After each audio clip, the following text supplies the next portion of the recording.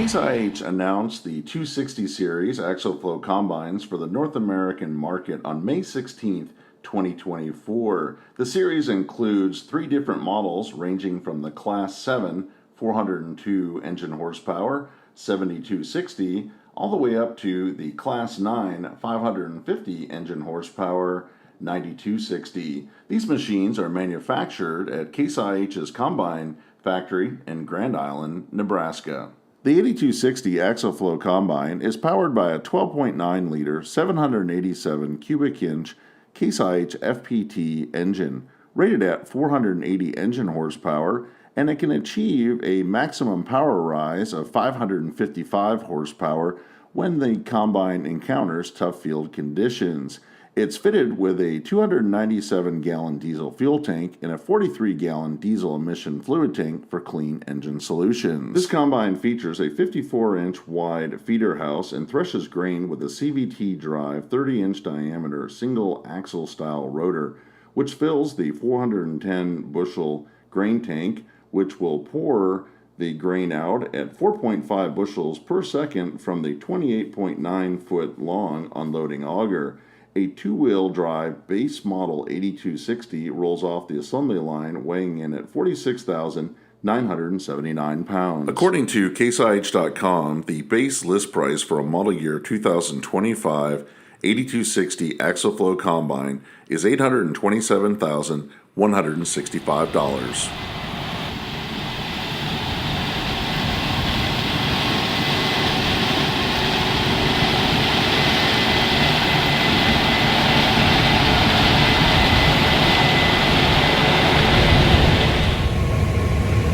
I'm up in the cab of the 8260 Axial-Flow Combine, and I'm here with Ricky. Great to see this machine at work. Lots of good rep power. How do you like the new updated 260 series? I like it fine. It's pretty much the same as the 50 series. It just has these two displays. We have a little bit different on the electronics. You can watch a lot more things at once, not having to split screens and stuff like that. Basically the same machine, and it fits really well with these 12-row heads that we've got. You can keep your ground speed up. You don't have to crawl so slow like you would with a 16-row.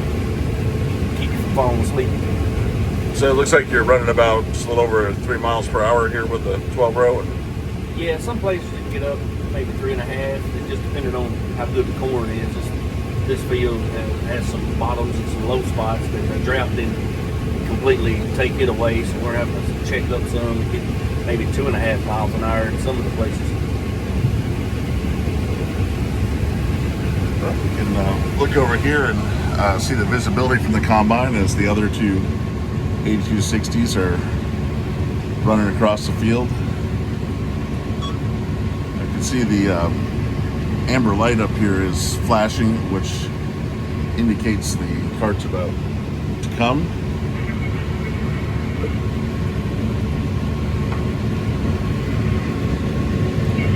So we can see them unloading on the go over there.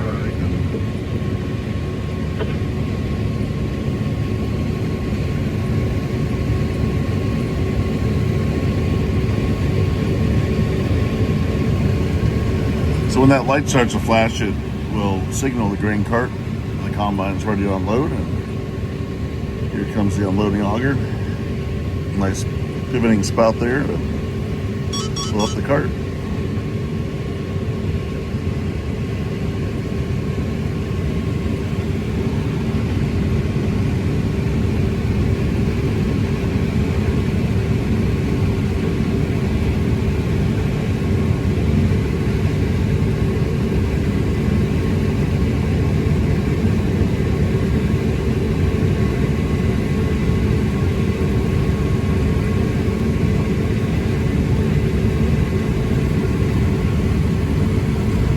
Loads, we can see the tank emptying out, and then it keeps on filling as well. That's why unloading the go is handy. Keep everything moving.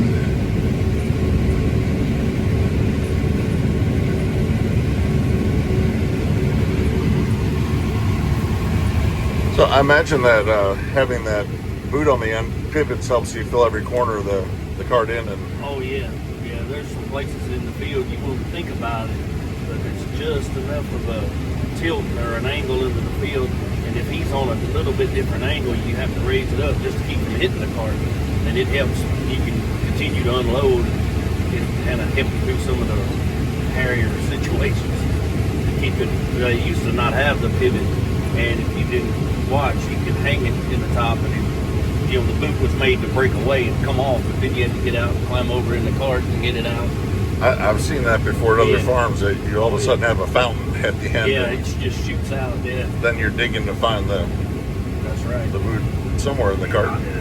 It's pretty handy, and also if the cart, if he's 6 or 8 inches one way off, you can just bump it out a little or in a little enough to get it loaded all the way.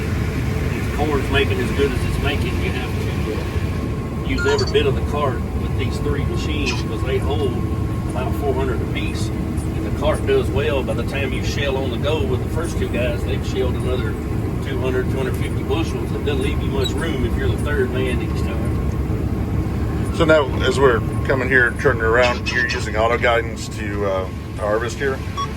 Actually, we have it's like a true sight. It actually has a little feeler on the the snout underneath side, and it's following the road. It doesn't have to have the guidance. It takes over the same as guidance, but it'll follow a curve, or wherever the two corn rows go, it stays between them. As long as it's not too sharp of a curve. So it's right down there, there's kind of the wishbone that hangs out there to kind of feel its way along. Yeah, I'll back up where you can see it. It's blue. There it is. Okay. That's one side of it. There's another one out on the other side of there. Hard to see from here. Well, I'm sure that makes the day go by a little bit easier to... Oh yeah, it does. You can sit in here 12 or 13 hours like we normally do and take every advantage you can. So how many acres a day do you get covered with a setup like this if everything's rolling along? And if we can get 100 acres apiece a day, that's a pretty good day. Depends on the fields as well. You know, this farm that we're on now has 500 acres, and we're going to cover it in 2 days and move somewhere else and do a little bit. It just depends on how much, you know, there's some really long rows over there. We can sell a couple of cartloads going one direction, so that makes you get over a lot more ground. You don't have to turn around a lot. And all where we are now is 4 or 5 little bottoms. It looks like it's about 75 acres here, but it's in like 4 patches, so we'll have to take the ends off. It'll take a little longer. We won't quite get the 100 acres apiece like we normally would. so looking at the screen there, it looks like it says 12.5 gallons. Is that what the combine uses an hour then when you're harvesting? Or? Yeah, an hour. Yeah, that's. Yep. And that's from, I think, from the beginning of corn shelling. I don't remember if I cleared that after wheat harvest or not. That might be for the entire life of the machine, which we've only gotten a couple hundred hours on it, 250 on the machine since it was new. So how is the yield and the moisture right now? It's been really dry, so I imagine you're... We're running in some 180, 190 bushel here. Every now and then it'll get up 260s and 70s in the bottoms. I've seen it as high as 300.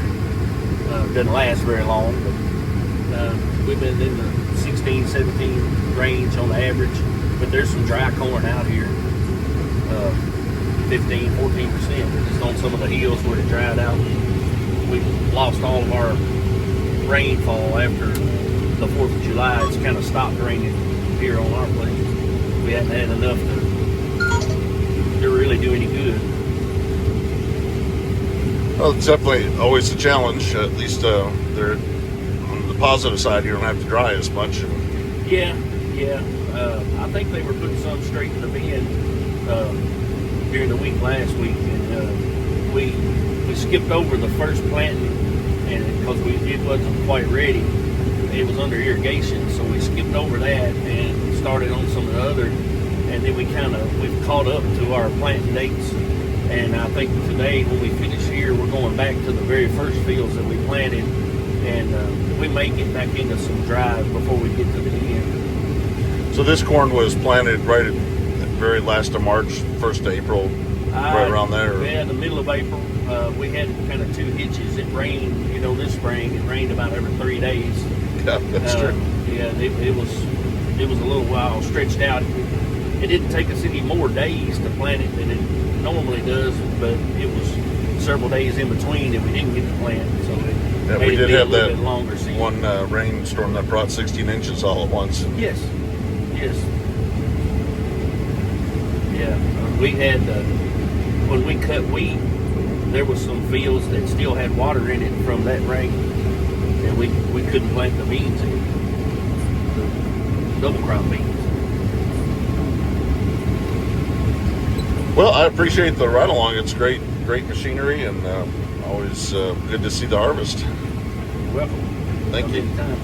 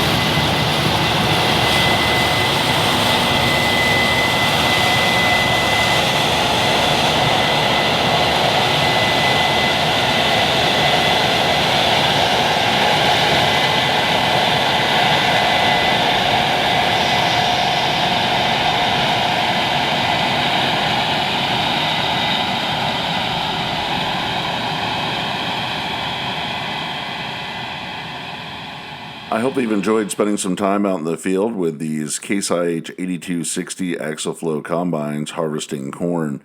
I would like to hear in the comment section below this video if you use Axial-Flow Combines on your farm. Tell me about the model that you're running and the crops that you harvest with it. If you have appreciated this presentation, I hope that you'll consider subscribing to Big Tractor Power YouTube, where there's over 3,000 videos of farm machines in action. As always, thank you for watching.